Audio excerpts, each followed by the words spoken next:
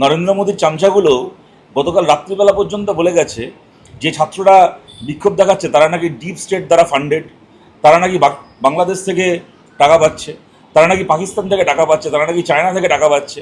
তারপরে আমরা দেখলাম গতকাল রাত্রিবেলা পর্যন্ত এত ডিপ স্টেট বাংলাদেশ পাকিস্তান চায়নার গল্প শুনিয়ে আজকে সকালবেলা ল্যাজ গুটিয়ে ধর্মেন্দ্র প্রধান পালাতে বাধ্য হলো।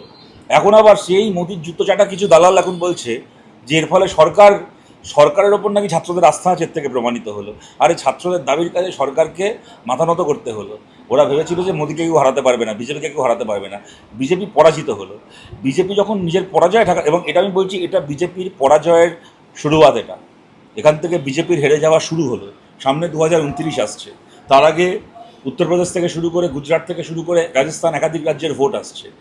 গোটা উত্তর ভারত বিজেপির বিরুদ্ধে যেভাবে বিক্ষোভ দানা বাঁধছে, বিজেপির নেতারাও এটা বুঝেছেন যে আজকে এই ইস্যুটা খালি ছাত্রদের মধ্যে সীমাবদ্ধ নয়, তার থেকে অনেক বেশি মানুষ এর ফলে। গতকাল আমরা দেখেছি এরা যেরকম কিছু গুন্ডা বদমাইশকে পাঠাতে পেরেছিল ওই বিক্ষোভে, তেমন আবার গতকাল আমরা দেখেছি জীবনে কোনোদিন মিটিং মিছিলে যাননি এরকমও বহু মানুষ, অনেক শিল্পী তারা ওই বিক্ষোভে যোগ দিয়েছিলেন।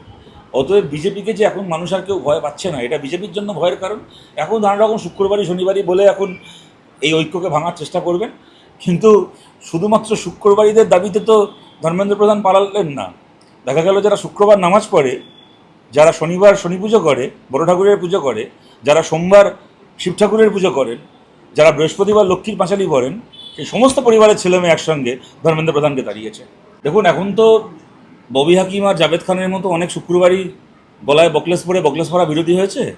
তো জানি না শুভেন্দু অধিকারী এই জাভেদ খান আর ববি হাকিমদের মাধ্যমে কিছু লোকজনকে ঢুকিয়েছিল কিনা এজেন্ট প্রভোকেটরের কাজ করতে। একটু আগে বামপন্থী ছাত্ররা সাংবাদিক সম্মেলন করেছে, যেখানে তারা দেখিয়েছে মৌলালিতে একটা বাড়ির মাথার ওপর থেকে বিজেপির লোকেরা ইট ছুঁড়ে সেই মিছিলের মধ্যে একটা সংঘাতের পরিস্থিতি তৈরি করেছিল। এসএফআই গতকাল জন্ম নেওয়া কোনো সংগঠন নয়। 1970 সাল থেকে নিয়ে আজকে পর্যন্ত গত 56 বছরে এসএফআই অসংখ্য মিটিং মিছিল করেছে। কোনোদিন এসএফআইয়ের কোনো মিটিং মিছিলে কখনো কোনো সাংবাদিককে আক্রান্ত হতে হয়নি, মার খেতে হয়নি। কেন এই ঘটনা আমাদের রাজ্যে ঘটলো এইটা জানা বিজেপি বা বিজেপি সমর্থকদের থেকেও আমাদের জন্য বেশি জরুরি। এবং তার জন্য আমরা সব রকমভাবে আমাদের কাছে যা ফুটেজ আছে, সত্যিকারের মানে যারা সংবাদ মাধ্যম তাদের ক্যামেরায় যা ফুটেজ ধরা পড়েছে, সব কিছু নিয়ে তদন্ত করে একেবারে অপরাধীদেরকে স্পেসিফিক্যালি চিহ্নিত করে তাদের বিরুদ্ধে ব্যবস্থা নেওয়া হোক। এটা বিজেপির জন্য নয়, এটা আমাদের জন্য বেশি জরুরি। আমরা চাই সরকার এই কাজটা করুক, কিন্তু সেইটাকে করে শুভেন্দু অধিকারী শুক্রবারই শনিবারই করে প্রমাণ করছেন যে ওদের এর বেশি আর কিছু বলার নেই, ওদের এর বেশি আর কিছু করার নেই।